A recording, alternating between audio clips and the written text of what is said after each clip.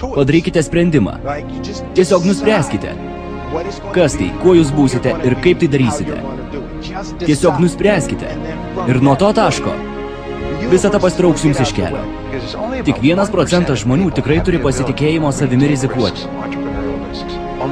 Tik 1% turi drąsos iš tikrųjų rizikuoti ir sulaužti tam tikrus savo bei kitų standartų.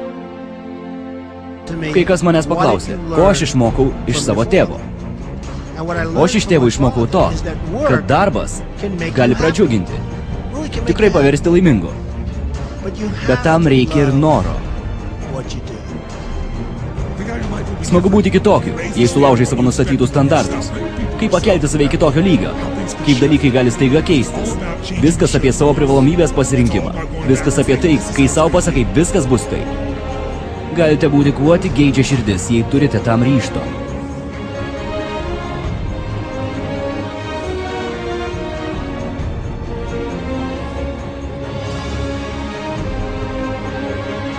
Pažvelgus į šią planetą nuo Žemės, viskas, ką galime daryti, tai tik laistyti ją. Mes negalime valdyti saulės spindulių, orų bei kitų veikiančių gamtos faktorių. Viskas, ką galime, tai pasodinti sėklą, laistyti ją ir tikėti. Tai man leido būti tuo, kuo esu būtent dabar. Aš niekada nenustojau tikėjęs. Nenustokite tikėję. Nuspręskite, ko norite ir siekite tikslo visomis jėgomis.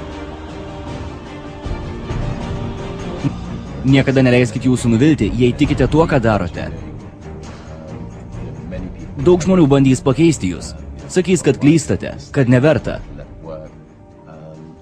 Jei tikrai turite aistrą tam, ką darote, stumėkitės į priekį ir jei nepavyks, susimkite ir bandykite dar kartą. Galiausiai, jei jūs tikrai nusiteikęs, jums pavyks. Nemeskit to. Kur dėmesys, ten ir energijos pliūpsnys.